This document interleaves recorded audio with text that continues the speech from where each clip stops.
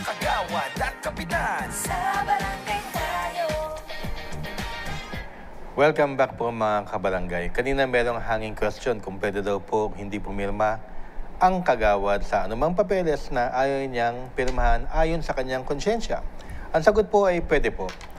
Bukod sa trabaho ng kagawad ang pumirma sa resolusyon, ordinansa o ano pa mang papeles na kailangan ng kanyang lagda, mayroon siyang karapatan na hindi pumirma kung sa kanyang desisyon, pagsusuri, paniniwala at pag-iisip ay hindi ito makahaganda sa barangay.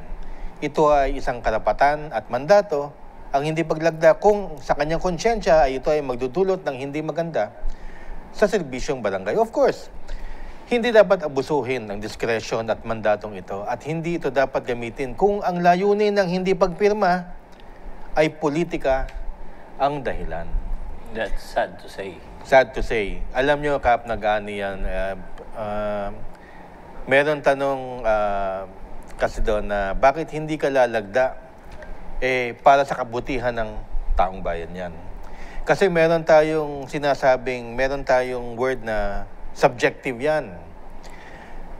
Maaaring sabihin ko na halimbawa si Kapitan Dondon magaling magsulat. Pero pag binasa niyo yung sulat niya, sabihin niyo hindi naman siya magaling magsulat. Subjective yan. Yan yung mga subjective. Maaaring sabihin natin isang batas, maganda yan para sa taong bayan. Maaaring ang dating sa akin, hindi. Case in point, halimbawa, yung sinusulong na term setting, marami nagsasabi na okay yan. Marami rin nagsasabing hindi okay yan. Ayun po, subjective. Kailangan respetuhin natin ang bawat opinyon. Pero ang mahalaga dito, kasi nga subjective, kung sa tingin mo na hindi, may karapatan kang hindi pumirma. Kasi nga, yan ang binabayaran sa kagawad.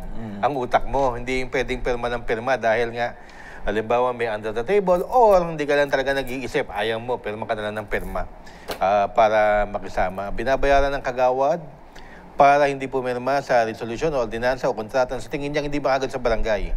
Pero kung maganda nga, at dahil nga kaya nga tayo merong session, at tayo ay merong debate at period of interpellation, magpaka-formal na tayo, pinapamukha o pinapaintindi sa kagawad na opposition yon.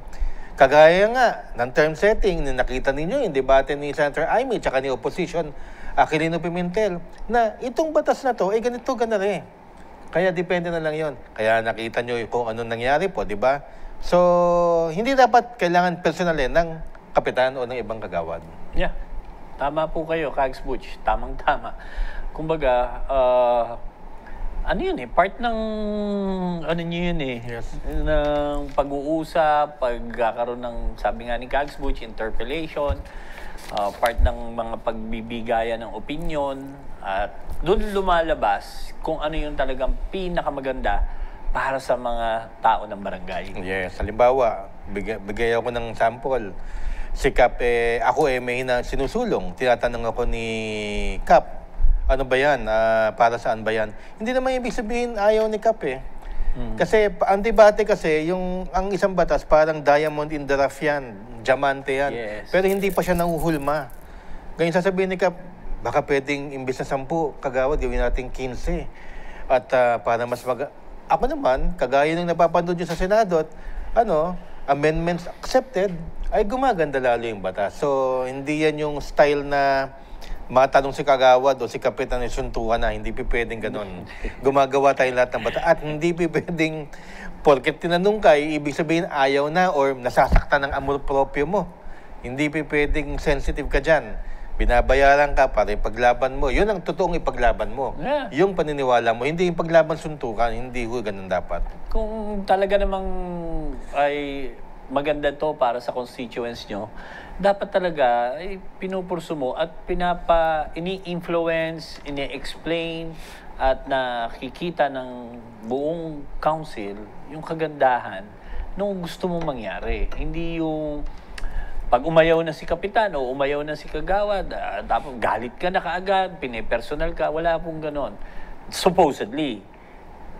Hindi po dapat gano'n na explain mo, maganda to makikinabang nito mga taong bayan, taong barangay natin. Gano'n, explain yung maigi. Tapos, syempre, democracy po yan, kagawad. Yan. Yan. Si Kags Butch na doon sa democracy issue.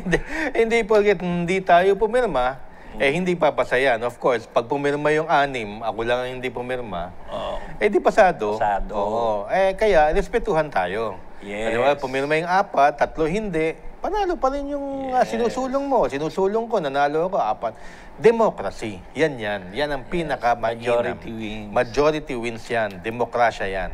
Dahil yung kapitan ay tiga-break lamang po ng Ay. Tay. Hindi po kami bumoboto.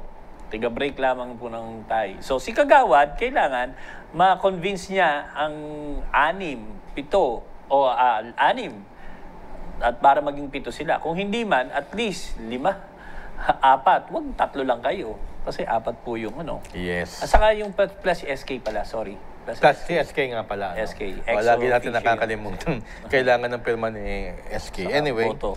sana malinaw po at meron lang muna tayong babatiin, hindi namin nabati nung first segment. Hello kay Kagawad Rovi Reyes ng Barangay Kitamban, Binuangan, Misamis Oriental at sa kanilang punong barangay, Marciano Oclarit. Mga Kagawad, Juliet Acero, Cristino Acera, John Mark Galon, Ruth Galon, Ruben Gallerport, Jerry Liagas, SK Neil John Kaingles, Secretary Adeline Garlit, Treasurer Josephine Acero, BRK Marie Cris Galion. Baka yung Galian na na-mention ko kanina, mali Pati na rin ang mga appointed officials ng Barangay Kitamban, Binuangan, Misamis Oriental.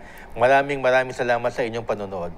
At Barangay Sirawan, Toril District, headed by Punong Barangay Khalil A. Diporos, Kagawads Marcelino T. Baba, Nestor M. Gilves Jr., Lizelle M. Licera, Hafiz M. Samuel, Asmani S. Salilin, Mikael S. Tianggi, Eddie C. Abubakar, Bay Ayesha S. Katao, Treasurer Noel C. Bandiola, Secretary Fanny Ogawan, at Record Keeper Nasser G.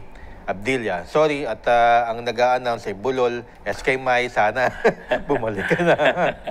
At kay Kagawad Archie Superioridad, Cannery Site, Polomilok, South Cotabato. Wow, ang layo. At kay Kagawad Ray Urmineta ng Barangay Tinaguban, Caligara, Leyte. At of course, syempre, nagpunta kami, mga GNN reporters, editors, and production staff sa amin pong television network na bagong gawa dyan po sa May Carmona. Kaya hi sa inyo mga aking mga kaopisina. At of course, mga taga Carmona, Cavite, hello din po sa inyo. Hello. Ayan, ang haba nun. Oo nga. Kaya, okay, moving on tayo. Kap. Yes. Oo. Pumasok po tayo dito sa barangay clearance. Na isa sa mga mahalagang functions ng barangay. Ito ay patunay na ang isang kumukuha nito ay residente ng barangay at of good moral standing. Kadalasan ito ay hinihingi, kadalasan may bayad actually, sa barangay para kadagdagang dokumento kung ikaw ay job applicant o kaya para sa mga licensing ng mga negosyo ninyo, permits, proof of residency o ano pa man. Kahit na sa panlegal na documentation sa korte.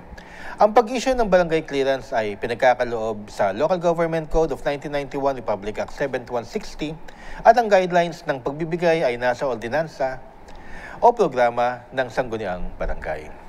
Ang grounds for refusal to issue barangay clearances, tatanungin natin si Kap mamaya din a failure to issue necessary documents like proof of residence, valid ID, or any additional documents required by the local ordinance from the sangguniang bayan. O kaya pagkakautang, penalties o fines na hindi bayad sa barangay, hindi pagbayad ng barangay clearance fees, at anumang legal restrictions, court orders, or legal impediment. Kap, kayo lagi ang maharap pagdating sa barangay clearance. Unang tanong ko lang muna, pwede bang pumirma ang mga kagawad? Yan ay nasa IRR po ng barangay. Halimbawa, pinag-usapan niyo po to sa nasa council at napagkasunduan niyo po na si barangay kagawad ay pwedeng pumirma in behalf kung wala po si kapitan. Kasi hindi naman po araw-araw nasa barangay si Kapitan. Lalo na't kung mayroong mga ina-attend ng seminar o may patawag ang ating mayor o kung sino man, siyempre, nasa labas po ang Kapitan at hindi laging nandun. Ang pinakamaganda, para maging madali ako makapagsalita, Kags Boys, ang pinakamaganda Okay kong po. example na Mayan eh. Okay. Wala akong ano eh. Okay. Sa amin po ganito. Pag wala po ako, ang pumipirma po ay kung sino po yung nasa committee ng social services. Lalo na kapag tungkol sa social service ang ginagawa. Uso ko kasi ngayon yan, yung paghingi ng barangay indigency o barangay certificates, pagdating po sa mga pangangailangan ng isang tao na makakuha ng AHICS, ng tupad, ng etc. So, ang barangay kagawad po na siya po yung chairman ng aming committee ng social service ang unang pumipirma. Pag wala po siya at hindi rin po pwede pumirma, ang next in line ay kung sino yung kapitan for the day sa barangay na Mayan. So yung OIC namin.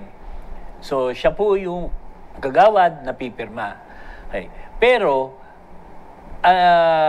prior to that, may requirements po ako na wag naman akong bibiglain na pupunta doon sa barangay. Kap, kailangan ko po ng ng Certificate of Indigency o kaya sasabihin doon sa barangay staff, kailangan ko ng indigency, pirmahan kaagad ni Kapitan to. Nasaan ba si Kapitan?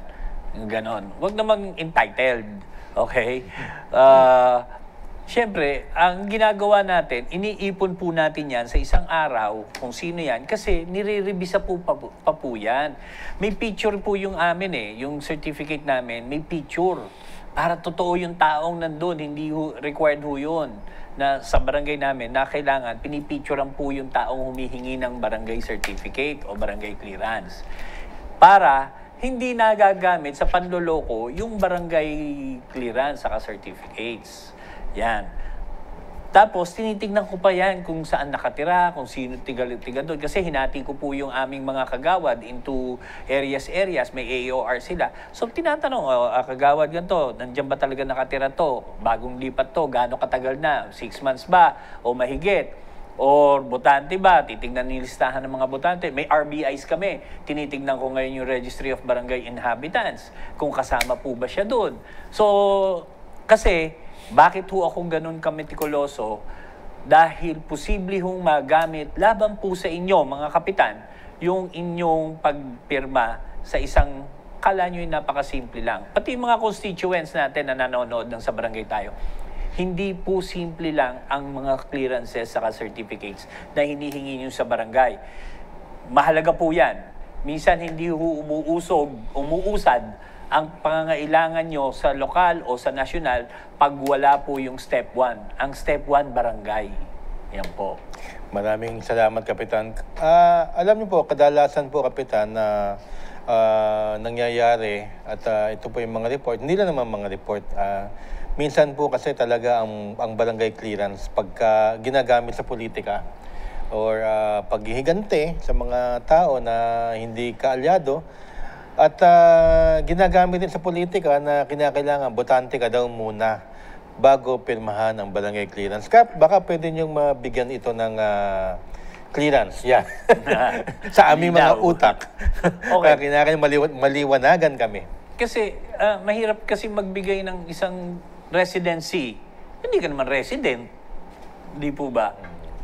Mahirap magbigay ng clearance ng barangay tapos hindi ka naman pala butahante doon. Hindi ka pala nakatira doon.